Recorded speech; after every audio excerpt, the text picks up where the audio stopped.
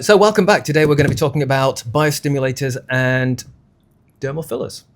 Okay, so this was a topic that I was really keen to talk about because this year a lot of patients have been coming into the practice and they're concerned about things that they've read in social media or in the media talking about migration of fillers and kind of a pull away from fillers per se because they feel that potentially they're looking unnatural.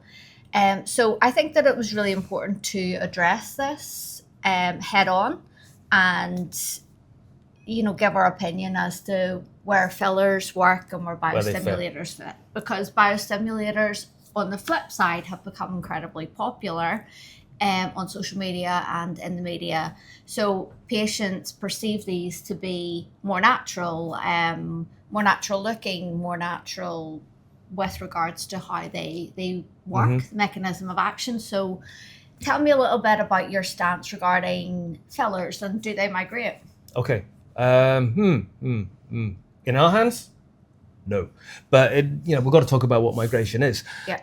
I think let's start with the outcome. At the end of this, we're going to say that they are both exceptionally good and they both have their place in aesthetic medicine. Okay, so we'll get that out of the way. Let's talk about the problem. People are concerned about dermal fillers because media, because Instagram, because some people have been getting far too much dermal fillers and they've been getting it done potentially badly, maybe too much filler, and either they look weird or they're realizing that these fillers are staying for a lot longer than they originally thought. Okay, so that's overfilling. There is overfilling, but dermal fillers absolutely have to have a place in facial revolumization if you want to get these results. So I'll give you a little example, a bit of lived experience. Very, very recently, I was working at another practice. I was teaching at another practice, and this practice focuses solely on bioregenerative medicine. So it's just skin health, getting that skin boosted and the skin boosted. And they do really, really well. But I went down there to show them what we could be doing with dermal fillers. And it was actually a real eye-opener for me because my practice has been much more biostimulatory recently. It's actually been a long time since I've done primary and just essentially volumetric work, which is restoring facial volume to restore natural contours. But that's what I was doing all day as part of a teaching program. And the differences that I was making to the patients on this training program was absolutely phenomenal. It was unbelievable. It took me back years to when patients look in the mirror immediately afterwards and almost, they're so happy. I don't want to say they burst into tears, sometimes they do, but they're so happy when they look in the mirror. You can see that instant result. And that is, that's great for me, and it's great for you as a practitioner to get that instant joy in a patient because you can make such a significant difference very quickly. So that's where fillers live. That's what they're supposed to do, but you use them in combination with biostimulation, with skin health treatments. So the fillers address volume, but they don't address skin health. And the aging face is multifactorial. There's lots of things going on with the aging face. The bone changes, the deep fat changes, the muscles change, the superficial fat changes, and the skin changes, all in a multiple different ways. And they all have to be addressed individually.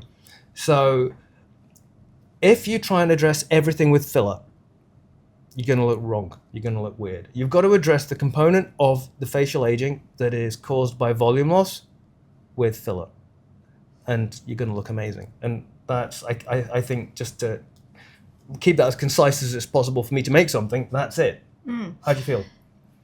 Yeah. So what I would go one step back and just talk a little bit about what fillers are and what biostimulators are. Fillers tend to be hyaluronic acid that's cross-linked to keep it in the tissues for a much longer period of time than it would normally be there.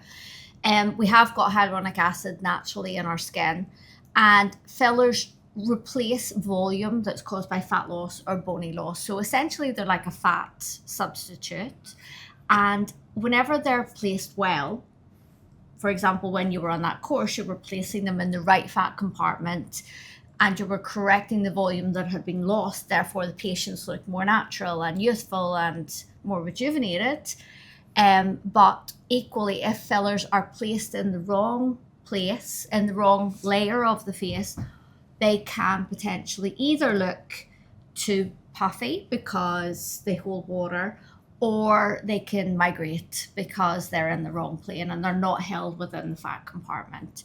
So I think that definitely 100% there has to be a place for dermal fillers. For me, I prefer them to be placed in deep fat, which means that it's underneath the muscle so that it's really covered and hidden from vision. And there's definitely a place for it.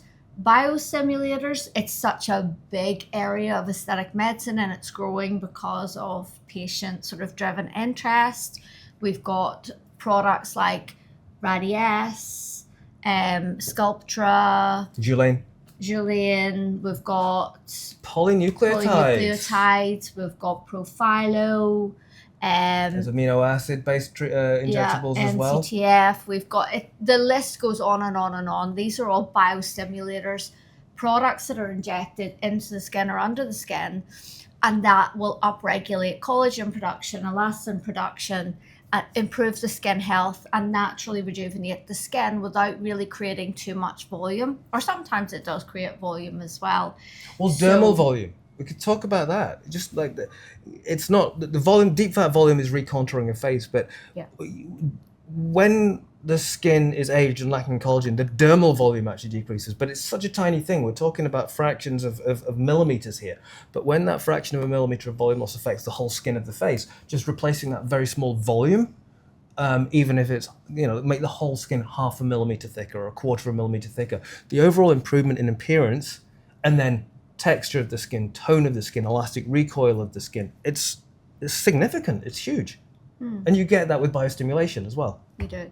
So I think that we're on the same page. Definitely, there is a place for fillers. The market for biostimulators is definitely growing, and it's really interesting in what we're able to achieve with regards to improving the skin health and the outcome for patients. And it's actually almost aging in reverse. We're not just correcting skin health, we're actually turning the reversing clock back. it, and we're absolutely. turning the clock back with these biostimulators.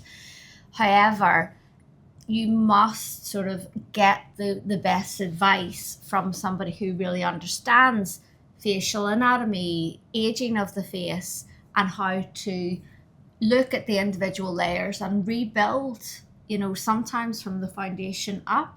It's great if you're in your 20s or 30s and you can look at sort of introducing biostimulators and making sure that you're almost like preempting the aging process and slowing that down.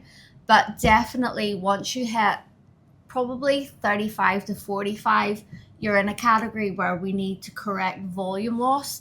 And realistically, that has to be done by a combination of fillers, potentially with biostimulators or fillers on their own, just to correct that change.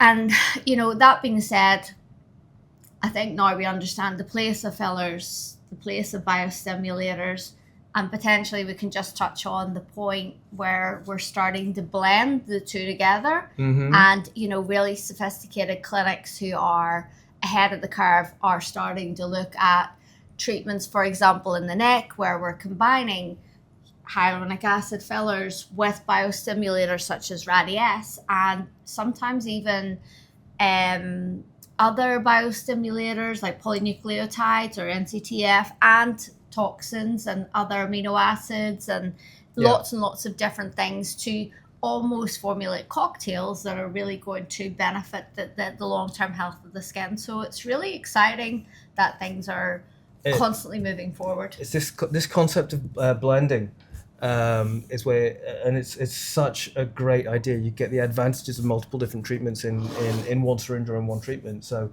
you can get, if with the right practitioner who understands your skin, your individual concern, but also understands exactly how the biostimulatory process of one of these products works together with, you can mix them with botulinum toxin or PRP, so you can get regenerative effects, volumizing effects, hydrating effects, all within one syringe, as it were. Then you are creating a biological or a bio-blended or a biohybrid product that's bespoke and individual for a given concern. And that's the beauty of and this is the next 5 years of aesthetic medicine, isn't it? I think we're going to be pushing down this direction of creating individualized, bespoke products by combining other treatment modalities. And the results we're getting with the neck treatments that you've kind of developed by mixing the hydrators, the toxins, and the stimulators at the same time, it's just remarkable. Really, really, really nice results. So, in a nutshell, I would say that, the media are not a great source of information, that there's a lot of false information out there, as we know, and that essentially, if you're interested in rejuvenating treatments, then the conversation starts with what outcome you're looking for and how we can go about getting that outcome and maintaining those results long term.